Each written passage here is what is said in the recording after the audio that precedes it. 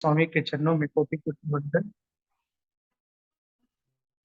आचार्य प्रभु एक हजार श्री विजय सिंह साहब के पावन चरणों में कोटि कोटि वंदन। सभी सुसाधु के चरणों में कोटि कोटि वंदन। जो जन श्रद्धा भाव से करे सूत्र का ज्ञान, ज्ञानावरणीय कर टले प्राप्त करे सद्ज्ञान। मेरा ज्ञान अनंत हो, तेरा ज्ञान अनंत है, मुझे ज्ञान की प्यास। केवल ज्ञानी मैं बनूं, यही है अंतिम आस। केवल दर्शी मैं बनूं, यही है अंतिम आस।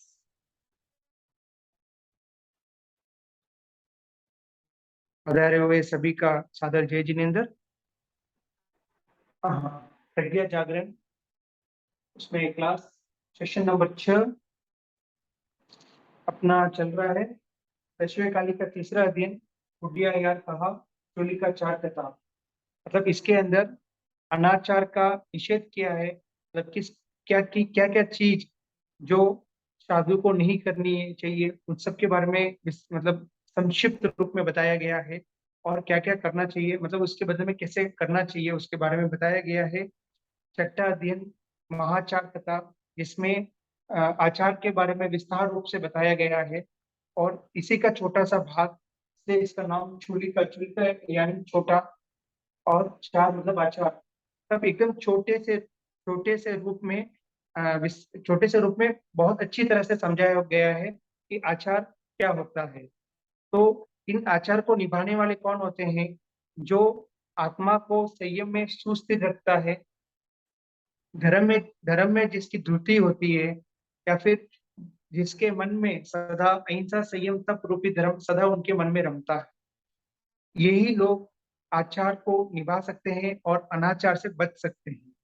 तो इसी संदर्भ से हमने लास्ट क्लास में 3 गाथाएं समझी थी।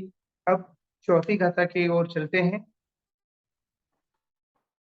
अट्ठ अट्ठवये य नालिये छत्तस य धारण ठाए, तेगीचम आहण पाए, समारंभम च जोविनो। अट्ठवये य नालिये छत्तस य धारण ठाए, तेगीचम पाहन पाए, समारंभम च जोइनो। अट्ठवये य नालिये छत्तस य धारण ठाए, तेगीचम पाहन पाए, समारंभम च जोइनो। अट्ठवये य नालिये अर्थात एक तरह का जुआ, एक तरह का जुआ, मतलब शतरंज के रूप में भी बोल सकते हैं। या फिर साधु किसी गृहस्थ को, मतलब क्या सुभिक्ष्य दुर्भिक्ष्य, मतलब काल अकाल, कौन सी चीज कब करनी चाहिए, कौन सी चीज कब नहीं करनी चाहिए, एक तरह का सहारा देते हैं उनके बिजनेस में। एक तरह से उनको सपोर्ट करते हैं कि भाई इस तरह से बिजनेस करना चाहिए, इस समय ये काम करना चाहिए, उस समय वो कब। इसे शतरंज में कैसे कौन सी चाल कब चलनी होती है, वो एकदम सोच समझ कर चलना चाहिए। वो एक एक चीज अगर उनको गाइड करते हैं, तो उस गाइड के पीछे जो भी कार्य होता है, उस कार्य का पूरा दंड या पूरा का पूरा बोलते हैं ना, कर्म बंद साधु को भी लगता है। तो ये चीज निषेध है, ये चीज नहीं करने योग्य है। इसलिए अठवय यह नाली है, एक तरह का जुआ, या मतलब एक तरह का गृहस्थ को देना हुआ सहारा। मतलब 500 की नाली के द्वारा डालकर जुआ खेला जाता है। फिर नेक्स्ट है छत्र धारण, छत्रस धारण ठाई, छत्र धारण मतलब जो वर्षा ऋतु ऐसी समय होता है, तब हम छात्र को धारण करते हैं। अम्ब्रेला, उस टाइप का अम्ब्रेला जब धारण करते हैं, वो साधु के कल्पनीय नहीं है। छत्र धारण करना साधु के लिए कल्पनीय नहीं है, क्योंकि अगर हम छत्र धारण करके अपन विहार करते हैं या कुछ यहाँ से वहां चलते हैं, तो उस छत्र के ऊपर हम ये कह सकते हैं कि हमारे ऊपर तो पानी नहीं गिर रहा है, लेकिन उस अम्ब्रेला के ऊपर जो पानी गिरता है उसमें जो उस पानी की जो पीड़ा होती है वो हिंसा पूरे साधु को लगती है, इसलिए छत्र धारण करना साधु के लिए निषेध्य है, ये अनाचार है।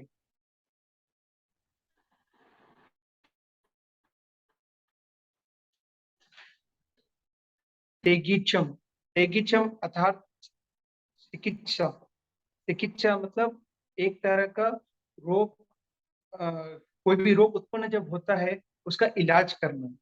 तो कहते हैं जिन कल्पी को तो ये निषेध ही कहा गया है कि कोई भी प्रकार का चिकित्सा है नहीं कर सकते हैं, लेकिन जो स्थविर कल्पी होते हैं, जो बहुत मतलब एक एक तरीके से बोलते हैं कि बहुत अस्थायी पीड़ा जिनको हो जाती है या जिनकी एज बहुत हो जाती है, उनको अगर इस तरह का कुछ करना पड़े, आपातकाल में कुछ करना पड़े, तो उसका निषेध मतलब उसके लिए कोई मना नहीं है, लेकिन हर छोटी छोटी चीज में, हर छोटी छोटी चीज में अगर इलाज कराना शुरू कर दिए तो वो साधु के लिए कल्पनीय नहीं है, ये अनाचार है। इसका क्या होता है, कभी कभी साधु एकदम अस्थिर हो जाता है, वो थोड़ी थोड़ी चीज में मतलब असहाय हो जाता है,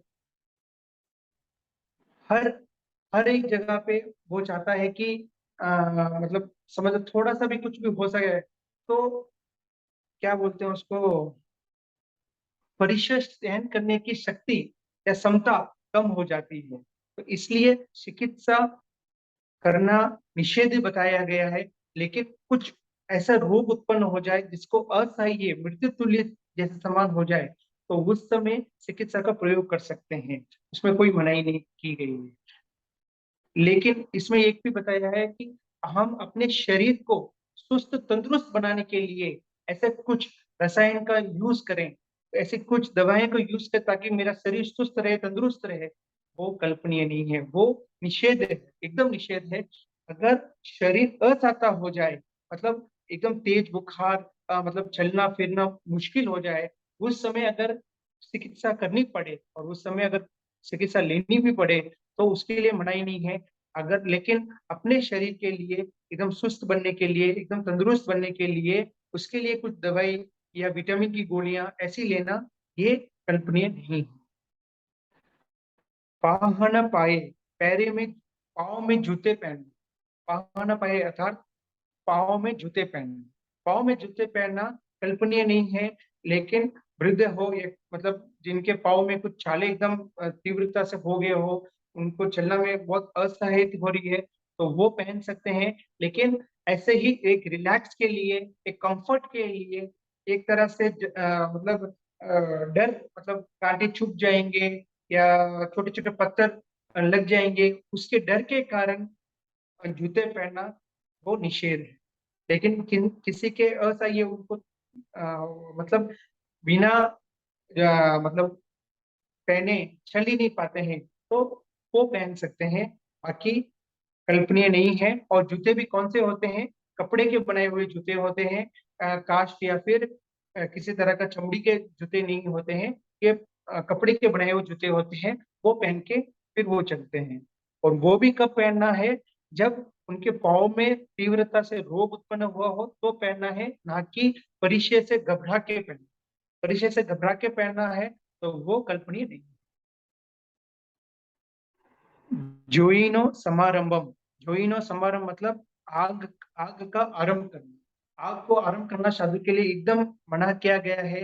मतलब हम किसी गृहस्थ में जाके कोई भी खाना पकाने को या खुद पकाना या दूसरे को पकवाने को बोलना, या कोई भी कहीं पे भी लाइट जल रही है तो उसको ऑफ करना, या कहीं पे भी बहुत ज्यादा अंधेरा है वहां पे कुछ चीज हमको लेनी है उसके लिए लाइट चालू करना, ये सब साधु के लिए कल्पनीय नहीं है, ये सब निषेध है, ये सब साधु को नहीं करने योग्य है। ना तो खुद करना, ना किसी को करवाना, या कोई करते हो तो उनको भी अनुमोदन करना, ये तीनों चीज साधु के लिए अनिवार्य है। क्योंकि अग्नि का जो आरंभ होता है उससे क्या होता है कि अ, अग्नि काय की बहुत बड़ी हिंसा होती है, तो हमें जैसे ही संयम, संयम आत्मा संयमी में प्रवेश कर ली है, उन्होंने 6 जीवों की रक्षा करने का प्रत्याख्यान ले लिया है, मतलब प्रतिज्ञा ले ली है। तो जब उन्होंने 6 मतलब समस्त सारे जीवों को अभेदान देने का प्रत्याख्यान ले लिया है, तो फिर वो अग्नि का आरंभ कैसे कर सकते हैं। तो इस हिसाब से जोइनो समारंभम, अग्नि का आरंभ नहीं करना चाहिए। तो इस हिसाब से पांच हुआ है। अठ्ठवय नालीय 18वां नंबर, 19वां नंबर छत्र धारण, छत्र से धारण ठाए, फिर 20वां नंबर तेगिचम और 21वां नंबर पाहन पाए, 22वां नंबर जोइनो समारंभम जोइनो। तो 22 अनाक्षर के बारे में हम समझे हैं। आगे सिज्जायर पिंडम च आसंदी पलियम कहे गिहिंतर निसिज्जाय घायसु वट्ठ नाणीय। सिज्जायर पिंडम च आसंदी पलियम कहे गिहिंतर निसिज्जाय घायसु वट्ठ नाणीय। सिज्जायर पिंडम च आसंदी पलियम कहे गिहिंतर निसिज्जाय घायसु वट्ठ नाणीय। सिज्जायर पिंडम, सिज्जायर पिंडम अर्थात सह्या तर्क से आहार लेना। मतलब सह्या तर्क कौन होता है? मतलब जिन्होंने अपने घर में साधु साध्वी को रहने की अनुमति दी गई है। तो जिन्होंने मतलब जिनके घर पे उनकी अनुमति ली गई है, उनके घर पे उनके घर से आहार लेना क्यों क्यों नहीं लेना चाहिए?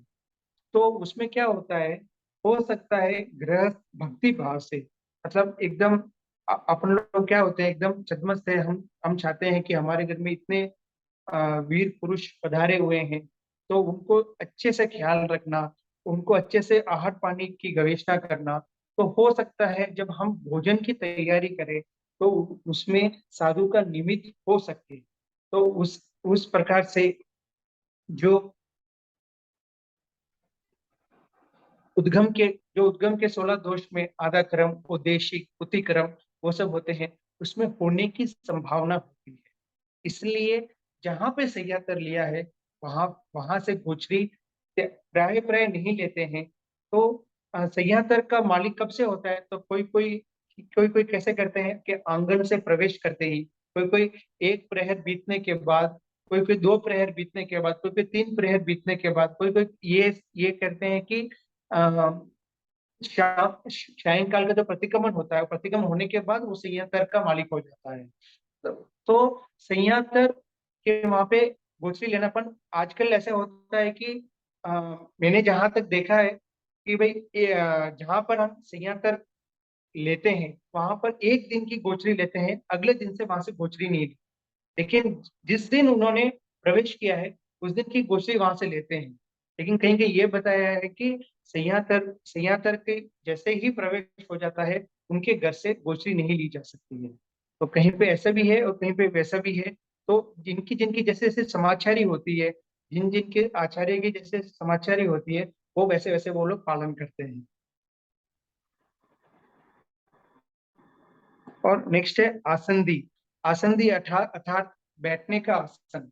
बैठने का आसन, हम गृहस्थ में जब भी गोचरी लेने जाते हैं और बैठने के आसन में जब बैठ जाते हैं मतलब वहां पे, तो फिर वहां का वो बैठने का जो आसन होता है उसका प्रतिलेखन करना मुश्किल होता है। इसलिए जहाँ पे भी बैठने का आसन है वो प्राय तौर पर वहां पे वो लोग बैठते नहीं है। तो जो बैंड की बनाई हुई होती है, लकड़ी की बनाई होती है, उसके अंदर कहाँ से जीव होता है वो दिखता नहीं है। तो वैसी वैसी जगह पे बैठने का निषेध किया है। पलियन कहे, जो सोने के काम में आए, ऐसे मतलब जो सोने के काम में आए उसे पर्यंक कहते हैं। मतलब जैसे कि पलंग है, खाट है, वो सब बहुत बड़े बड़े होते हैं। तो उसको चारों तरफ से प्रतिलेखन करना, और पलंग में जो गद्दी होती है तो उस गद्दी में एकदम छोटे छोटे छोटे छोटे होल्स भी होते हैं। उस चीज में कहाँ पे क्या होती है, कहाँ पे कौन सा जीव है, वो देखना, उसका प्रतिलेखन करना, प्रमाजन करना, सब इतना मुश्किल काम है। इसलिए प्राय प्राय उस पे ना तो बैठने का आदेश दिया है, ना वहां पे सोने का आदेश दिया है। मतलब हम देखते हैं साधु एकदम नीचे एक से अट्टे अट्टे की सटाई बनाकर वहां पे आराम से अपनी विश्राम मतलब विश्राम करते हैं, ना कि वो, आप कहीं पे भी ऐसे नहीं देखे होंगे साधु एकदम पलंग पे बैठे हुए सोए हुए हो या पलंग पे बैठे हुए हो, जैसे प्राय आपने भी नहीं देखा होगा, क्योंकि ये निषेध है। क्योंकि वहां अगर जहाँ जिस चीज का वो प्रयोग करते हैं, सब सर्वप्रथम उनको उस चीज का चारों तरफ से प्रतिलेखन करना पड़ता है, अपनी दृष्टि से पूरी पूरी ओर नजर घुमानी पड़ती है, फिर उसके बाद उस चीज का प्रयोग कर सकते हैं। आप महाराज, कोई भी पाठ्य में बैठते हैं, मतलब प्रवचन देने के लिए जब भी पाठ्य पे बैठते हैं, पाठ्य पे बैठने से पहले वो पूरे चारों तरफ पूरा प्रतिलेखन करते हैं। उसके बाद वो जहाँ पे बैठने बैठने का स्थान है, वहां पे भी प्रतिलेखन करने के बाद ही अपना आसन बिछाते हैं, फिर उसके ऊपर बैठते हैं। तो पलंग आदि में बैठना सोना, मतलब वो चारों तरफ देखना इतना इजी नहीं होता है, तो कहीं पे भी नजर चुक भी सकती है, इसलिए प्राय प्राय इसकी मनाही की गई है।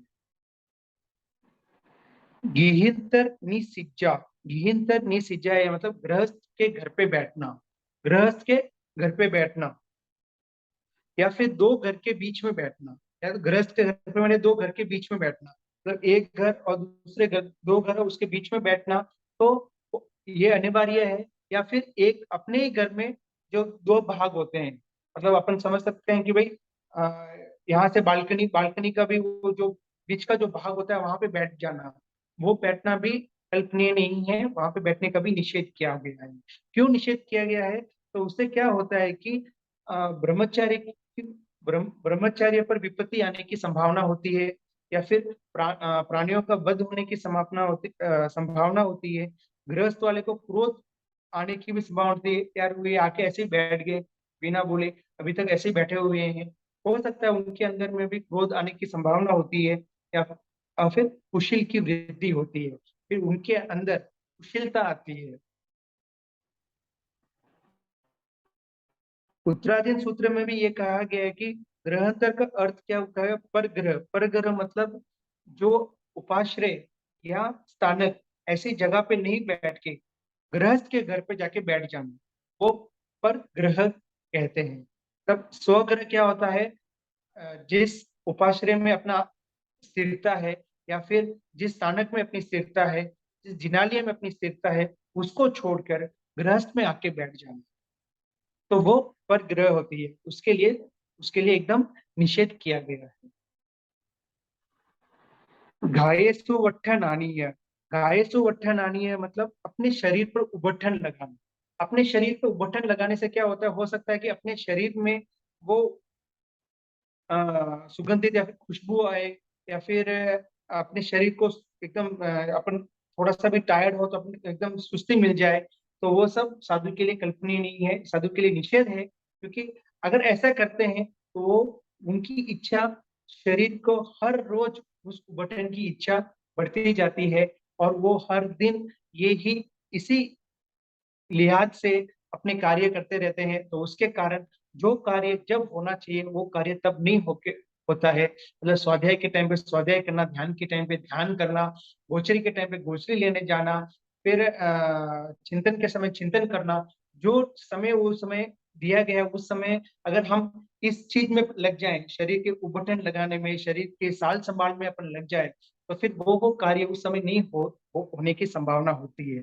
तो उसके कारण क्या होता है? हम अपने शरीर पर ममत्व, अपने शरीर पर मूर्छा भाव बढ़ता है, या अपने शरीर पर मोह बढ़ता है, कि भाई जैसे अपन बटन लगाते हैं तो अपने अपना शरीर बहुत जब हम बटन लगाने के बाद जब हम अपने शरीर को स्पर्श करते हैं तो वो कितना आनंदित लगता है।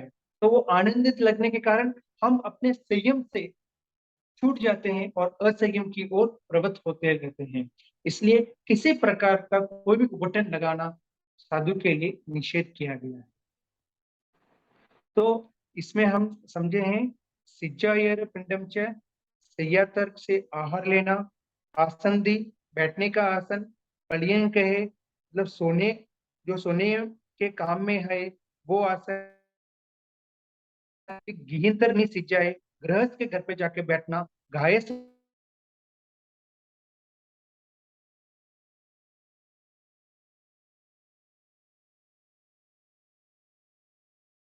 23 यहाँ तक कंप्लीट हुआ है। और उसके बाद गिहीनो व्ययवड्डियम जाय आजीववत्तिया तत्तानुवुडभोवितम औरसर नानीय। गिहीनो व्ययवड्डियम जाय आजीववत्तिया तत्तानुवुडभोवितम औरसर नानीय। गिहीनो व्ययवड्डियम जाय आजीववत्तिया तत्तानुगुणभूयितम् औरसरणनीय। गिहीनो व्ययवडीयम मतलब इसमें दो प्रकार का है। गिहीनो व्ययवडीयम अर्थात गृहस्थ से व्ययवच्य करना या फिर गृहस्थ की भी सेवा करना, दोनों होती है। गृहस्थ से हाथ पांव दबाना वो भी नहीं होना चाहिए, या फिर गृहस्थ को सहारा देना, अर्थात किसी गृहस्थ को कोई असहाय है तो उसको किसी और से पैसा दिलवाना या कहीं और से उनको आहार आदि देना, या फिर साधु और गृहस्थ दोनों मिलकर एक ही पात्र में भोजन करना, ये सब ये सब निषेध है। ये सब नहीं करने योग्य है साधु को, क्योंकि ऐसा करने से हो सकता है उस गृहस्थ के प्रति उनके अंदर मोह का भाव बढ़ता रहे, उस गृहस्थ के प्रति उनके उनके अंदर मोह मोह उत्तीर्ण हो, मतलब बढ़ता रहे। तो ऐसा करना निषेध कहा गया है। गृहस्थ से सेवा लेना या मतलब अपन जब विहार करते हैं तो साधु को अपना अपना जो भी सामान है खुद ही उठाना पड़ता है, लेकिन हो सकता है उस समय भाई अब भार बहुत है तो किसी गृहस्थ वाले को दे दिया कि भाई आप लेते हुए चलो, हम वहां पे आने के बाद वहां पे हम आपसे ले लेंगे। तो मतलब जो भी साधु के जो भी मतलब पुस्तक है या जो भी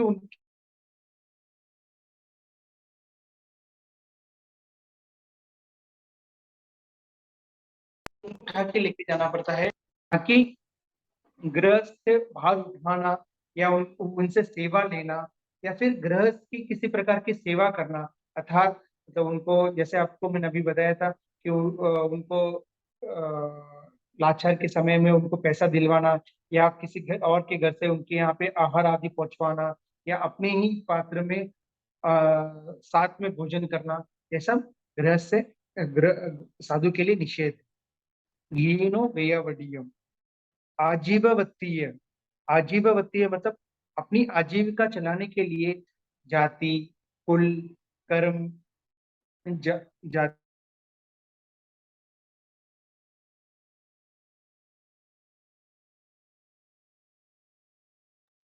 का है आहार आदि की गवेषणा करना या आहार आदि लेना, ये भी साधु के लिए कल्पनीय नहीं है। अपनी आजीविका चलाने के लिए भाई मैं इस माता जी का हूँ, इस कुल का हूँ, तो मैं इतने अच्छे मतलब इतने बड़े कुल का हूँ, तो मुझसे दूसरी गिरानी चाहिए आपको। तो इस तरीके से वातावरण नहीं उत्पन्न होना चाहिए। साधु कैसे होते की तरह निसंकोच अप्रतिबद्ध होकर विचरण करते हैं, अप्रतिबद्ध होकर विचरण करते हैं। हर एक घर में जाके जो साधु का जो गृहस्थ का बनाया हुआ आहार है उसमें से कुछ लेते हैं। वहां पे ये कभी भी नहीं बताते हैं कि मैं इस जाति का हूँ कि उस जाति का हूँ, आप इस जाति को उस जाति को, वो सब कुछ भी नहीं देखते हैं। वो बस जाते हैं और कोची लेके आ जाते हैं। इसलिए आजीविका का साधन नहीं करना चाहिए, ये अनाचार है। तथानुगुण बोहितम, तथानुगुण बोहितम मतलब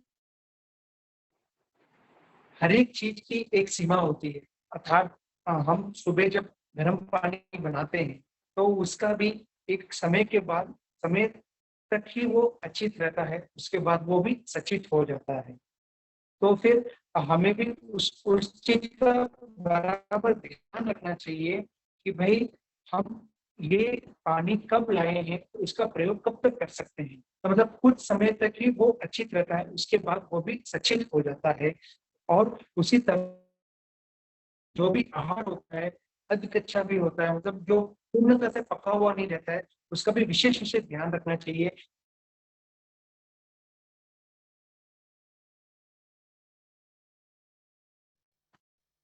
उसी उसी लेना चाहिए और उसी का ही आहार करना चाहिए। तत्व और अनिवृत्त ये दोनों विशेषण मिश्र जल और वनस्पति के लिए यहाँ प्रयुक्त है। जो जल गर्म होने के बाद अमुक समय होने के बाद सचित हो जाता है, मतलब कुछ समय के बाद वो भी सचित हो जाता है।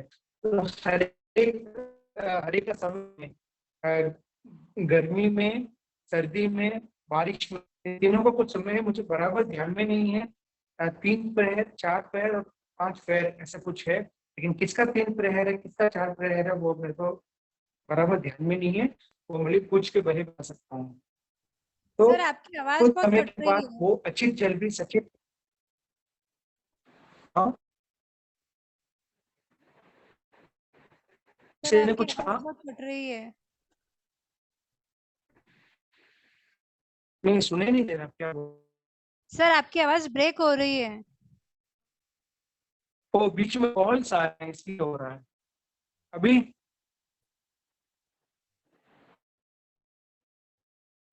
जी सर, चालू कीजिए आप।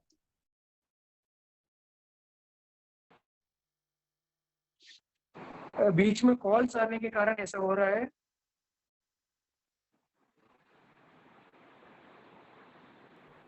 जी सर, आप स्टार्ट कीजिए।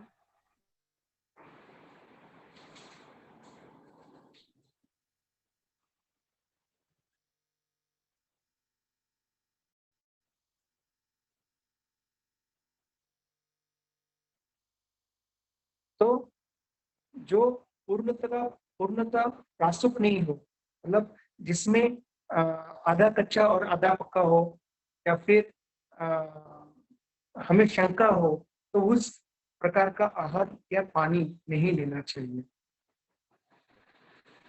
औरसर नानी है। औरसर नानी है अर्थात जब किसी को कोई रोग उत्पन्न हो जाता है, किसी साधु को जब किसी किसी प्रकार का रोग उत्पन्न हो जाता है, तो पूर्व मतलब जो पहले एक समय अपने माता का, पिता का, उसका स्मरण करना, उनको याद करना, पूर्व परिचित परिजनों को याद करना, वो सब साधु के लिए निषेध है। या फिर ऐसे समय पे सीधा अपन अस्पताल चले जाना, ये भी साधु के लिए निषेध है। वो पहले अपने गुरुनी मैया या गुरुदेव से चर्चा करेंगे कि भाई ऐसे ऐसा मुझे रोग उत्पन्न हो गया है, ये मेरे लिए सहाय नहीं है। तो पहले उसका गुरुदेव कुछ बताएंगे या गुरुनी कुछ कहेंगे कि भाई थोड़ा समय तक सहन करने की कोशिश करो। तो वो सहन करने की कोशिश नहीं, मतलब छोटे से रोग में भी अगर अपन हॉस्पिटल या वैसे जगह पे चले जाएंगे, तो फिर हमारे अंदर की जो परीक्षा करने की जो शक्ति है, परीक्षा सहन करने की जो शक्ति है, वो कम होती जाएगी। इसलिए ना तो सीधा हॉस्पिटल जाना है, या फिर ना ही पूर्व परिचित परिजनों को याद करना है, मतलब या पूर्व भोगे हुए भोग को याद करना है, उसको स्मरण में अपने उसको याद में रखना है। इस समय अगर तीव्र भूख लगती है, तो हम ऐसे हो सकता है कि अरे यार, अगर वो मेरे दोस्त अगर वो मेरे पास में होता, तो वो मुझे जैसे ही भूख लगती है वो मेरे को मेरे लिए भोजन लेके आता, वो कितना मेरा कितना ध्यान रखता था। या फिर अपने माता पिता के बारे में स्मरण करना, वो सब एक बार हमने इस चीज को छोड़ दिया है, संसार को छोड़ दिया है, माता पिता संयोग वियोग सबको छोड़ दिया है, फिर वापस उस चीज को याद करना भूख उत्पन्न होने पर या फिर पीड़ा उत्पन्न होने पर, ये निषेध है। क्योंकि कभी कभी कभी क्या होता है कि भाई साधु जब बारिश होती है तो साधु बाहर नहीं निकल सकते हैं, तो ये मौका उस समय आने की संभावना होती है, तब साधु बाहर नहीं निकल सकते हैं। तो अगर बारिश पूरे दिन आ गई तो पूरे दिन साधु को भूखा रहना पड़ता है, मतलब उपवास, 24 उपवास भी करना हो सकता है, पानी तक भी नहीं मिले, क्योंकि बारिश में तो साधु बाहर नहीं जा सकते हैं। तो उस समय हमें ये चीज आने की संभावना होती है कि भाई वो होते तो मेरे लिए कितना ध्यान रखते, ऐसे दोस्त या मित्र या किसी स्वधर्मी किसी के बारे में भी चिंतन करके उस भूख को शांत करना या उस भूख के बारे में सब सोचना, तो ये साधु के लिए निषेध किया गया है। तो इसमें ये आया है लीनो वेयवटिम रहस्य विवेच कराना, आजीविका चलाने के लिए आजीविका चलाना, तत्तानुभव पूर्ण तरह प्रस्तुत नहीं हुआ है उस आहार या जल को लेना, अवसनानीय रोग या भूख से पीड़ित होने पर पूर्व परिचित को स्मरण करना या याद करना, ये सब अनाचार है।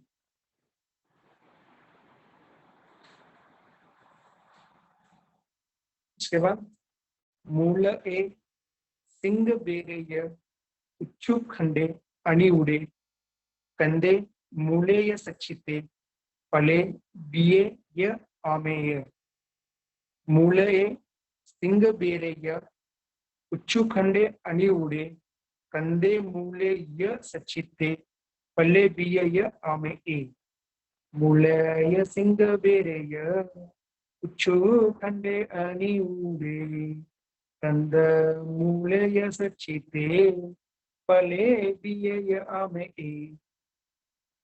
तो अनि उड़े मतलब जो जिस वस्त्र का शस्त्र परिवर्तन हो चुका है, मतलब अग्नि का पानी के साथ है, अग्नि का पृथ्वी मतलब पृथ्वी के साथ शस्त्र परिणत हो चुका है, लेकिन पूर्णतः प्रस्तुत नहीं हुआ। मतलब शस्त्र परिणत तो हो चुका है लेकिन पूर्णतः प्रस्तुत नहीं हुआ है, तो वैसे उस परिस्थिति में वो सचित कहलाता है। तो वैसे सचित मूलय मूला आदि, मूला आदि वो सब चीजों को प्रयोग में नहीं ले सकते हैं। सिंग बेरेय अदरक है, वो सब है। उच्चु खंड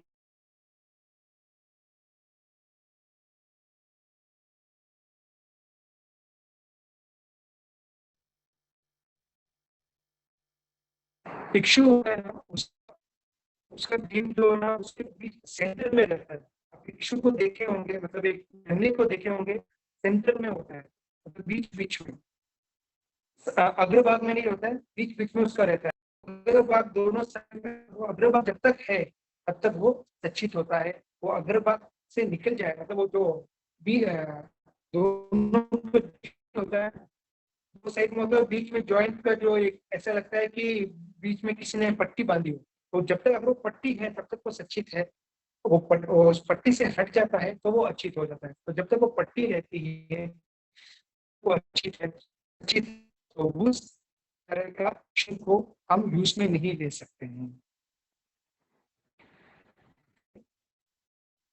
सचित सचित किसे कहते हैं? जो शस्त्र आदि से, मतलब शस्त्र आदि का प्रयोग ही उसको नहीं हुआ हो, एकदम सचित ही है। कच्चा आम ले लो या फिर एप्पल ले लो, एप्पल ले लो, सचित ही है, उसके अंदर बीज है और उसका कोई शस्त्र हुआ है या फिर इसको सुधार है, तब तक वो सचित ही है। फले फले मतलब आम, सेब, अंगूर, किसी भी प्रकार का फल जो सचित है उसको हम प्रयोग में नहीं ले सकते हैं। बीए मतलब तिल आदि बीजों का सेवन करना, तिल है, गेहूं है या फिर अपन में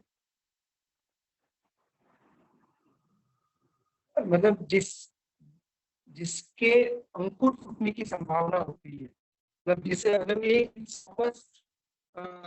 एक प्लांट को भी खड़ा कर सकते हैं तो सिर्फ बीज को भी प्रयोग में नहीं लेना चाहिए।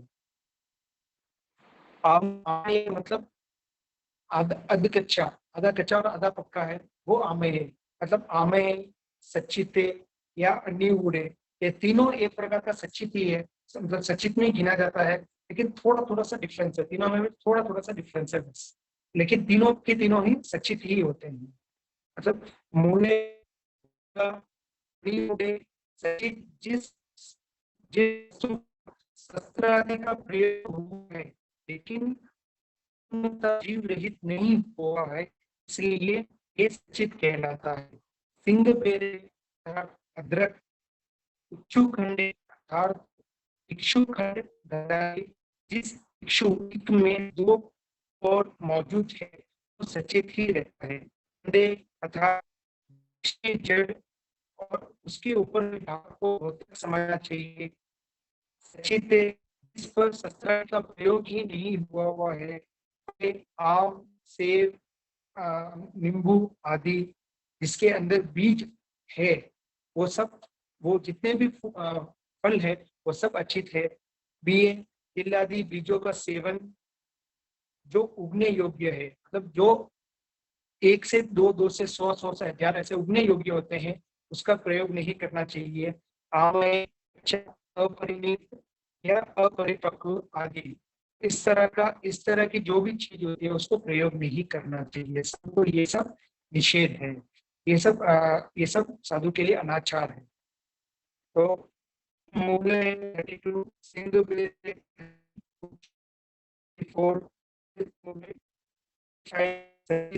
36, पले 37, बीए में 38।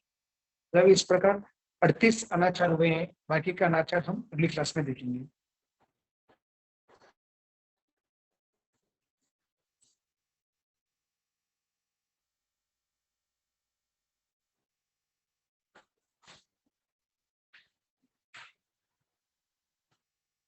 लास्ट क्लास में हम देखे थे कृष्णा समिति में उद्गम के 16 दोष के बारे में लास्ट क्लास में हम समझे थे।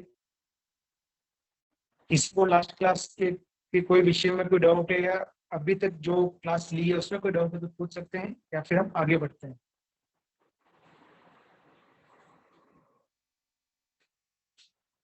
उद्गम के 16 दोष वो गृहस्थ के द्वारा होने वाले 16 दोष है। ये उत्पादन के 16 दोष, ये साधु के द्वारा होने वाले 16 दोष है। तो ये सब 3 प्रकार की एषणा, भविष्य नेषणा, गृह नेषणा, परिभोगेषणा। तो भविष्य नेषणा में ये सब आते हैं। तो भविष्य नेषणा, तो सबसे पहले साधु के द्वारा होने वाले 16 दोष में दाई, मतलब जो माता अपने बच्चे को दूध पिला रही होती है, जो अपने बच्चों का कोई इंपॉर्टेंट कार्य कर रहे होते हैं, उस समय वो कार्य को छोड़ के अगर वो साधु को जाके बहराते हैं, तो उस समय क्या होता है कि उस बच्चे को असफलता पहुंचने की संभावना होती है। तो उस तरह का आहार अगर साधु ले तो ये ढाई दोष में आता है। द्वितीय दोष यानी एक का संदेश दूसरी जगह पे पहुंचाना। तो ऐसा समाचार पहुंचाकर अगर साधु वहां से गोचरी ले तो वो द्वितीय दोष में आता है। और तीसरा है निमित्त, भूत, भविष्य या वर्तमान, इन सब का मतलब अगर हम ऐसा करेंगे तो ऐसा होगा, भूत में ऐसे थे, आप ऐसे थे और किस कारण से ऐसे हुए हो, उस तरीके से अगर बातें करने के बाद अगर साधु उस गृहस्थ के मन में उनके प्रति स्नेह पैदा करके फिर वो एकदम इच्छा से बहराते हैं, या फिर इस डर से बहराते हैं भूत भविष्य वर्तमान का शुभ शुभ निमित्त बताकर, मतलब ये कार्य भविष्य में अगर आप ऐसा करोगे तो ऐसा ऐसा होगा, ऐसा करोगे तो ऐसा होगा, शुभ शुभ बताकर फिर वो भविष्य गोचरी लेते हैं। तो वो सब निमित्त दोष में आता है। भूत भविष्य वर्तमान के शुभ शुभ शुभाशुभ निमित्त बताकर आहार आदि जब भी लेते हैं तो फिर वो सब निमित्त दोष में आता है। टोटल आजीव, अपन अभी अभी समझे थे आजीववत्तीय आजीव दोष, मतलब अपनी जाति या अपने कुल के बारे में बताकर गोचरी लेना, मैं भी उसी जाति का हूँ जिस जाति के आप हो, मैं भी उसी कुल का हूँ जिस कुल के आप हो, मैं उसी क्रम से जिस मतलब इस तरीके से जो भी आजीव के जो साथ है, उस साथ के बारे में कोई भी विषय को लेकर बताने के बाद फिर आहार आदि लेते हैं तो फिर वो सब आजीव दोष में आता है। वही मध्य दीनता रूप मतलब एक भिखारी की तरह कि भाई मुझे, मैं सुबह से बहुत भूख लग रही है, मतलब मैं एकदम असहाय हो गया हूँ, मेरे अंदर ताकत नहीं रही है, मेरे को ताकत की चीज दो, घी बह रहा हो, या फिर मेरे को ऐसी ऐसी चीजें दो, मतलब एक कैसे भिखारी आके दे दो सर, दे दो माँ माँ, मतलब दे दो करके जी, किस तरह भिखारी की तरह दीनता, साधु दीनता रहित होता है, दीनता करके साधु कहीं पे भी गोचरी नहीं लेते हैं, वो एकदम स्वाभिमानिक होते हैं। साधु एकदम स्वाभिमानिक होते हैं। वो जाते हैं, अगर गृहस्थ के भाव मंडल में अगर इच्छा है तभी उनके द्वारा गोचरी लेते हैं। अगर दीनता से हित अगर अपन गोचरी लेंगे तो वो वही वही मध्य दोष में आ जाएंगे।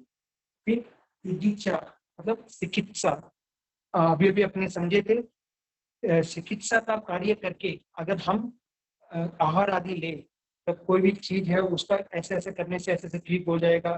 तो कहीं ना कहीं हम छह कई के जीवों का आरंभ आरंभ की बात उनको बता रहे हैं। तो किसी प्रकार की चिकित्सा करके या उनके बारे में बता के आहार आदि लेना तो तीसरी से दोषी आता है। फिर कोड़े कोड़े मतलब क्रोध करके आहार आदि लेना, मतलब कि भाई आपको पता नहीं है मैं सुबह से भूखा हूँ, और आप कहीं कहीं ऐसे भी होता है कि भाई सुबह सुबह के नाश्ते में हर जगह पे पोहा ही बना हुआ है, या कहीं कहीं जगह ऐसा होता है कि हर जगह पे उपीट ही बना हुआ है।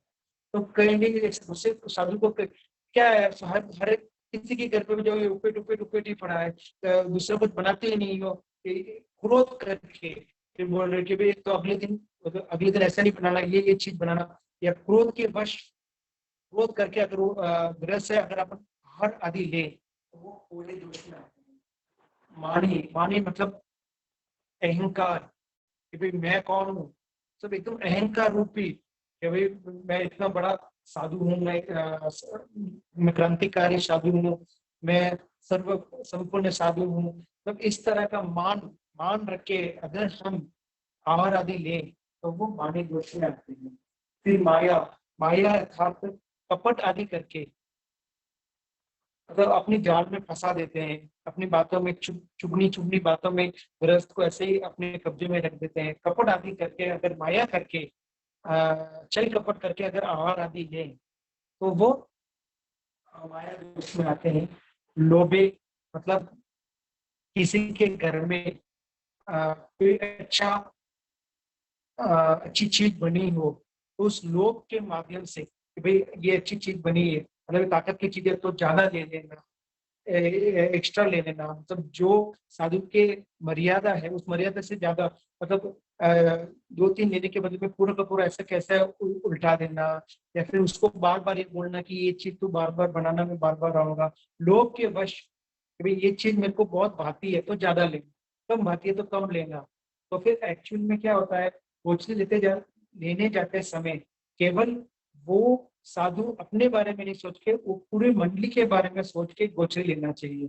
जो चीज आपको ज्यादा भाती है तो उसकी गवेषणा ज्यादा करके ज्यादा लेंगे, और जो चीज आपको कम भाती है किसी और को ज्यादा भा सकती है, किसी और के लिए वो सेहतमंद भी हो सकती है, उसके बारे में ना सोच के सिर्फ जो अपने को ज्यादा भाती है उसके बारे में गवेषणा करके ज्यादा लेते हैं, तो वो सब लोभी दोष में आ जाता है।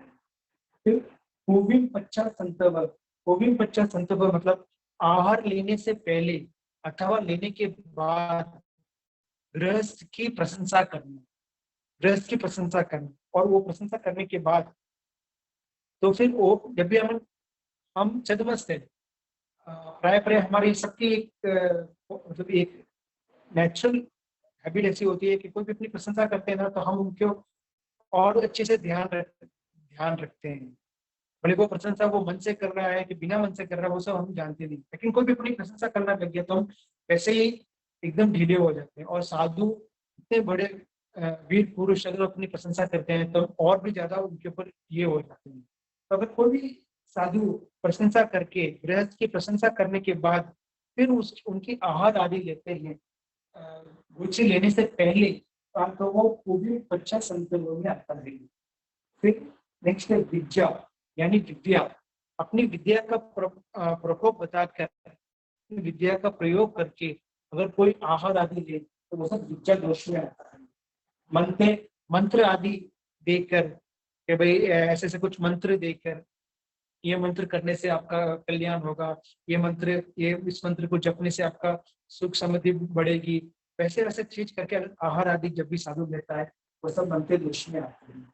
चूर्ण चूर्ण यानी किसी प्रकार का चूर्ण, अंजन आदि किसी प्रकार का चूर्ण आदि का प्रयोग करके अगर कोई भी आहार आदि साधु लेता है तो वो सब चूर्ण दोष में आते हैं।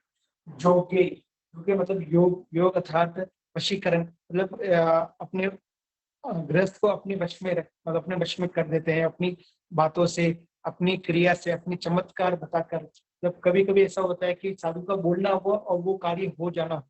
अगर ऐसा होता है तो वो साधु के अंदर ही ऐसे टोटली टोटली समर्पित हो जाता है कि भाई उसके बाद जो भी होता है वो सब आपकी कृपा से होता है। लेकिन ऐसा कुछ भी नहीं होता है, अपने भाग्य और अपने पुरुषार्थ से ही जो भी कार्य वो होता है।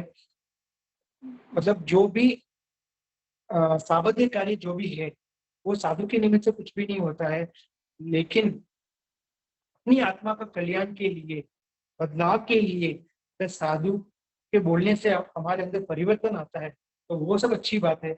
लेकिन कहीं कहीं अपनी लॉटरी खुलनी हुई होती है तो अगर वो साधु से बोलते हैं कि भाई आज से ये लॉटरी खुल जाएगी, और उनकी सच में लॉटरी खुल गई, तो वो एकदम साधु के अंदर वशीभूत हो जाता है। उसके बाद वो उस साधु के पीछे जो भी साधु मांगते हैं, जो भी साधु कहते हैं वो करने के लिए वो तत्पर रहता है, तैयार रहता है। लेकिन ये सिर्फ सत्य नहीं है, ये सिर्फ पॉसिबल नहीं है कि भाई इनके होने से ये हो सकता है। वो उस समय आपका पुण्य उदय, पुण्य उदय आपके मतलब आपका पुण्य उदय उत्पन्न हुआ, उसके कारण आपकी वो लॉटरी खुली है। तो इस तरह से अगर कोई भी करे तो वो जोग्य दोष में आते हैं। फिर मूल कमी अर्थात तब एकदम प्रगाढ़ कर्म बांधना। तो एक गर्भवती को बोल देते हैं कि भाई आप उस गर्भ को गर्भ आदि पापकारी औषधि बताकर, मतलब गर्भ आदि का औषध बताकर ऐसा कुछ भी करने से उसके बाद आहार, वहां से आहार लेते हैं तो वो मूल कमी दोष में आता है। गर्भपात आदि पापकारी औषधि बताकर। गर्भपात मेरे से यही होता होगा जो गर्भ में जो बच्चा है उसको अबॉर्प्शन वैसे कुछ, तो उस तरीके का पाप कार्य जो भी करता है, मतलब प्राय प्राय मेरे ये सुनने में आता है जो भी अबॉर्शन कराता है वो अगले भव में निश्चय ही नरक में ही जाए। जो भी गर्भपात कराता है वो निश्चय ही अगले भव में नरक में ही जाएगा, क्योंकि वो पंचेंद्र की हत्या होती है। पंचेंद्र की जो 4 कारण है उसमें पंचेंद्र की हत्या भी एक कारण आता है। तो जो भी गर्भपात कराता है तो वो निश्चय ही जहाँ तक मेरी समझ है वो निश्चय ही नरक में ही जाता है। तो गर्भपात कराना बहुत मतलब एक गलत कार्य है, उसे नहीं करना चाहिए। तो वो मूल कर्म दोष में आता है। मूल कर्म मतलब बहुत प्रगाढ़ कर्म बोलते हैं तो वैसे होता है। तो ये है उत्पादन के 16 दोष।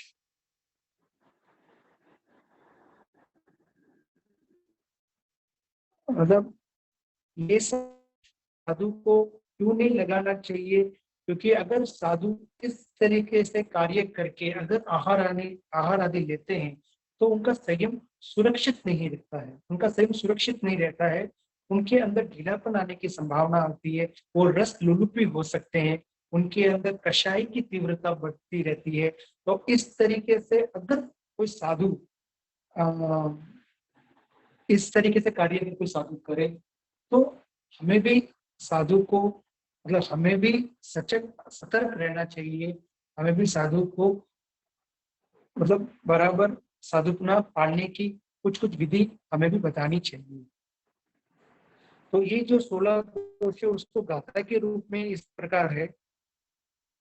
धाई हुई निमित्ते आजीव वनिमगे तिगिच्छाय पोहे माने माये लोभेय अवंती 10 ये 10 पूविम पच्चा संथव विज्जा मंतेय चुन्न जोगेय उपाय नाये दोसा 16 समय मूल कमेय धारिदुविनीते अजीव वनि मगे तिगिचाय पोहे मने माया लोभेय अवंति 10 उविम पचसंतव विद्या मंते यतुने जोगेय उपायनाई घुसे घुसा 16 समय मूल कमेय। मतलब इसमें धाई दुई निमित्ते एक दो तीन आजीव वनिकमे तिगिचा चार छः मोहे में माये लोहे 10, ये 10 प्रकार। फिर ओविम 50 संतव विद्या 11 12 13 मनते चुने चुन्न जोगे 14 15 उपनाये दोषा, मतलब उत्पादन के ये 16 दोष। उत्पादन के जो दोष है ये 16 प्रकार है। 16 समय मतलब 16 प्रकार है। मूल कम्य ये लास्ट 16 कम्य मूल कम्य ही है। ये 16वां लास्ट में कौन सा है? तो मूल कम्य ही है, मूल कर्म। तो इस प्रकार नेशना समिति के तो पहला है प्रवेश नेशना, उसके उद्गम के 16 दोष, उत्पादन के 16 दोष ये पूर्ण हुए। अब अगली क्लास में हम ये समझेंगे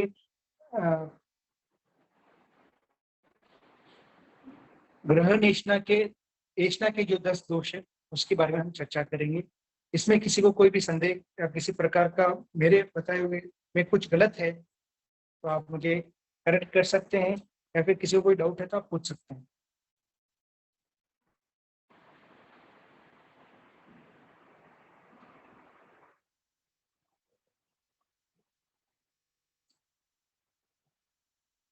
नो सर।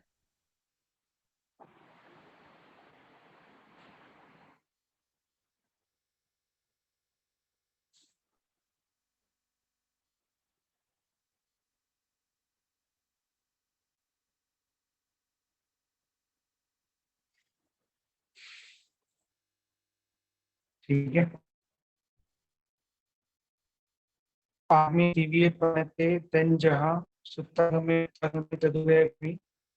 तीन प्रकार अगम रूप ज्ञान में जो कोई अतिचार दोष लगाओ तो आलू जम वैदम चमेलियम हीन मच्चकम पये विनयिनम जोगिनम घोषिनम सुप्रदिनम दुष्पक्षीय आकाल को सजाओ कालिन को सज्जाओ सज्जाइए न सज्जाइए सज्जाइए न सज्जाइए भणता गुणता विचारता ज्ञान और ज्ञानंत पुरुषों की कोई भी ने आशातना की हो तो जो मैं देवस्य हो तस्म इच्छामि दुक्कड़म। जिन आगे विरोध कोई भी कहने में आया हो तो समय याचना चाहता हूँ, या मुझे कोई भी करेक्शन करना हो तो कृपया आप जरूर बताइए मुझे।